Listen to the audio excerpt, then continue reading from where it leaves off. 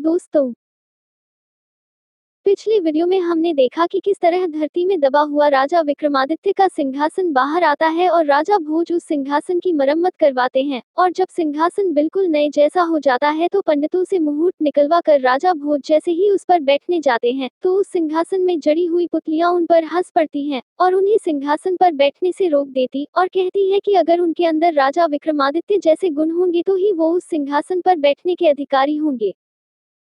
तब राजा भोज पुतलियों से राजा विक्रमादित्य की कहानियां सुनाने को कहते हैं जिससे वो उनके गुणों के बारे में जान सके और ये निर्णय कर सके कि वो उस सिंहासन पर बैठने के अधिकारी हैं या नहीं। सबसे पहले पहली पुतली रत्नमंजरी ने विक्रमादित्य की एक कहानी सुनाई। दूसरे दिन दूसरी पुतली ने, इसी तरह से अन्य पुतलियों ने भी कहानी सुनाई। दोस्तों, पहले की इन पुतलियों ने जो कहानियां सुनाई उसे हम पिछले वीडियो में सुन चुके हैं। आइए आज सुनते हैं अगली पुतली पुष्पवती की कहानी। पुष्पवती ने सुनाई कहानी। राजा विक्रमादित्य अद्भुत कला पारखी थे।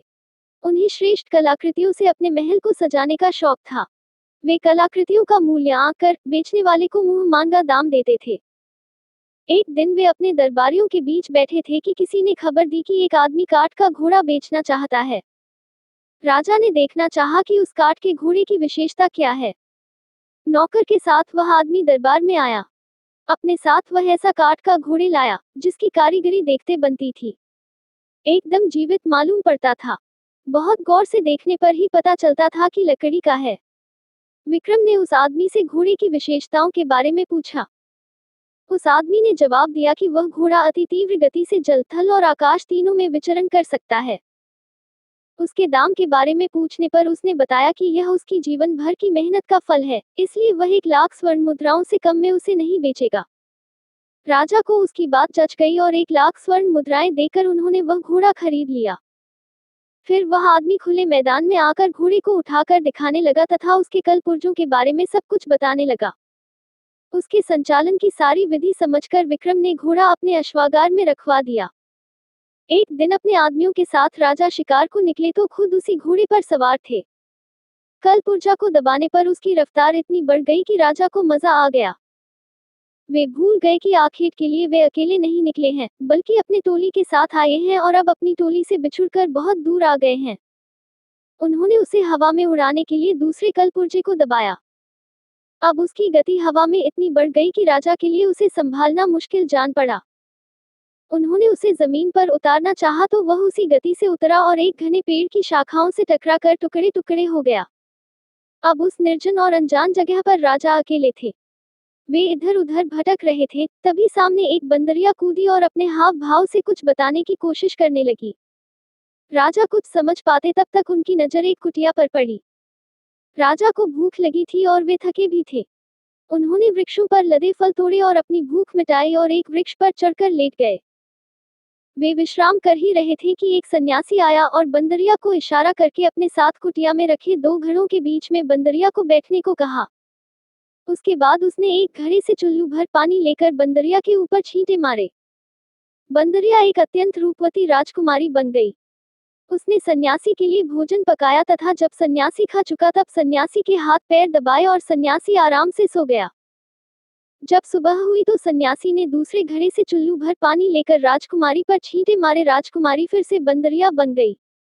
उसे लेकर सन्यासी कुटिया से बाहर आया और उसे वन में स्वतंत्र विचरने को छोड़कर वहीं चला गया।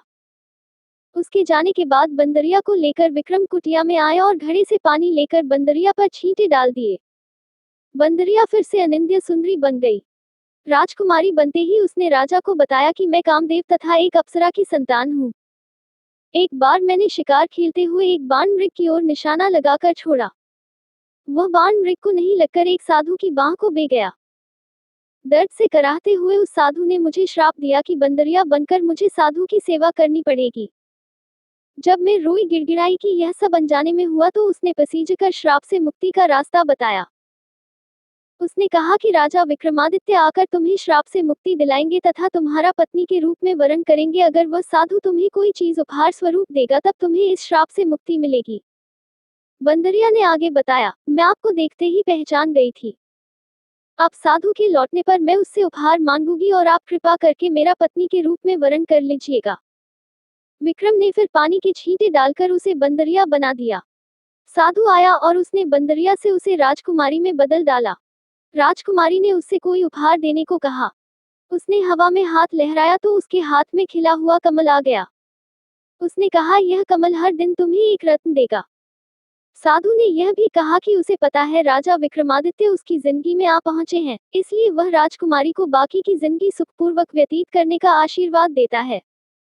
साधु ने उसके बाद राजकुमारी को अपनी कुटिया से सहर्ष विदा किया। राजकुमारी अब पूरी तरह शाप मुक्त हो गई थी।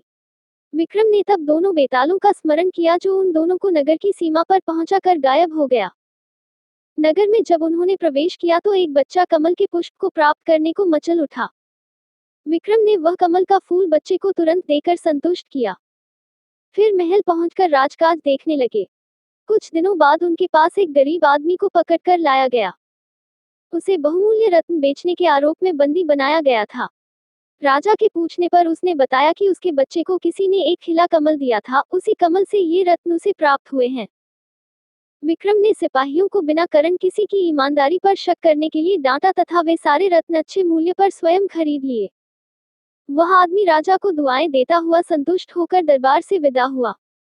दोस्तों, नवी पुतली कौमुदी ने राजा भोज को राजा विक्रमादित्य की जो कहानी सुनाई उसे हम अगले वीडियो में सुनेंगे।